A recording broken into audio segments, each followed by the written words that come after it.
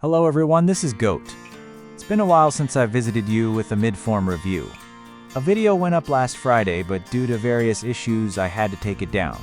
With the Masters tournament running for 12 days, the weekly review has been delayed, which must have felt really long for you all. Enough about updates, let's dive into the Canadian Masters review together, which is considered one of the warm-up events for the US Open. Ben Shelton wins his first Masters tournament of his career. This is his third career title overall, having now won 250, 500, and 1,000 level tournaments respectively. Following this sequence, could a Grand Slam victory be next? With this victory, Shelton has also risen to 4th place in the ATP Finals race, significantly boosting his chances of finals qualification. I had thought Shelton's tour results weren't particularly impressive. Especially at Masters level, his best result was quarterfinals, achieving this only about once a year, so he was completely an underdog in my mind. Thanks to this, my predicted win rate took quite a hit as well. Shelton, who is having a career-high season, has me anticipating what kind of results he'll show at this US Open. Semi-final in Australian Open, 4th round in Roland Garros, quarterfinal in Wimbledon. What's the next? The US Open hasn't allowed back-to-back winners since 2008. It'll be worth watching whether he can crack the Sinner-Alcaraz duopoly. Khachanov has shown unexpected results that ignore all his past records since the grass season, and this trend continues into this hard court season as well. He defeated Ruud and Zverev, against whom he had losing head-to-head records, to reach the final. However, it's disappointing that the trend of not quite reaching the ultimate summit also seems to continue. Washington finalists de Minaur and Davidovich Fokina continued their good form. While preparing this video, Davidovich Fokina suffered a shocking retirement loss to Fonseca. Following his retirement loss to Rublev in the Toronto tournament, these consecutive retirements raise concerns about health issues. We need to monitor his future progress. Zverev reached the semifinals, but I still doubt whether he has the ability to contend for the top. Defending champion Popyrin defeated Medvedev and Rune to reach the quarterfinals, but lost to Zverev, stopping his journey toward a second consecutive title. Rublev, Medvedev, Tsitsipas, and Rune. I'm not sure these players even need mentioning anymore. Ruud, Musetti, and Fils also seem to need time to return to their optimal condition.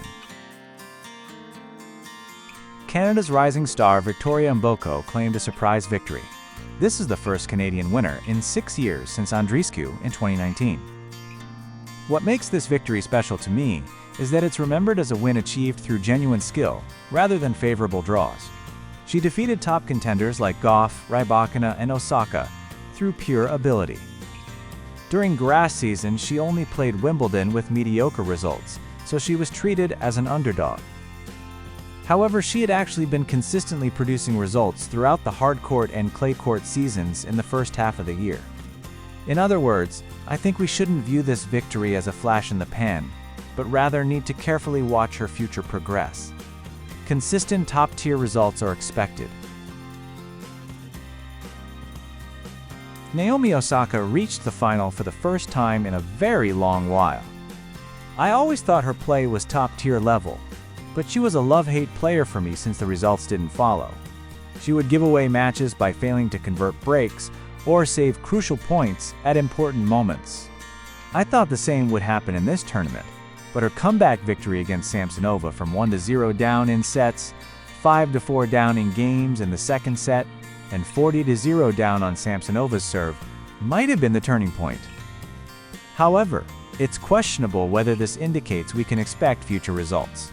The final defeat was even worse than her previous form, and relatively speaking, her draw to the final was quite manageable. In other words, whether these results are due to the coaching change or the momentum from the miraculous comeback against Samsonova is unclear, but her mental issues certainly remain a concern. How much she can improve this problem over the next 3 weeks will greatly impact her US Open results and future performance. Rybakina still plays well but seems to be lacking something. She looks like a contender, but the period of not winning titles is getting longer. If she can't break through this barrier quickly, I think growth into a better player will be difficult. Meanwhile, Buza's Monero is similar, but since she's a player aiming for higher levels from a lower level, it's hard to view her on the same level as Rybakina.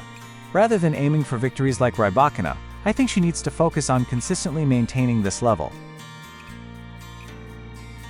Andreeva, who played as well as Sabalenka on hard courts this year, was eliminated in her first match. It was even more shocking because her opponent was Kessler. I hope the ankle injury that occurred during the match isn't serious. Pegula, who was aiming for a three-peat, was ridiculously caught by Sevastova in the third round. Swiatek lost to giant killer Towson and was eliminated in the round of 16. Keys was also beaten by Towson and eliminated in the quarterfinals. The advancement of Asian players like Zhu and Ito was notable, and veteran Sevastova's round of 16 appearance was also impressive. The next tournament is the Cincinnati Masters. It's virtually the last tournament before the US Open. It's considered to have the most similar court conditions to the US Open. Most players will participate except those who cannot compete due to injuries. I think it's a direct barometer for US Open performance. Let's watch together whether seemingly open but not quite open tournaments will continue, or if we'll see the birth of new stars following the Canadian Masters.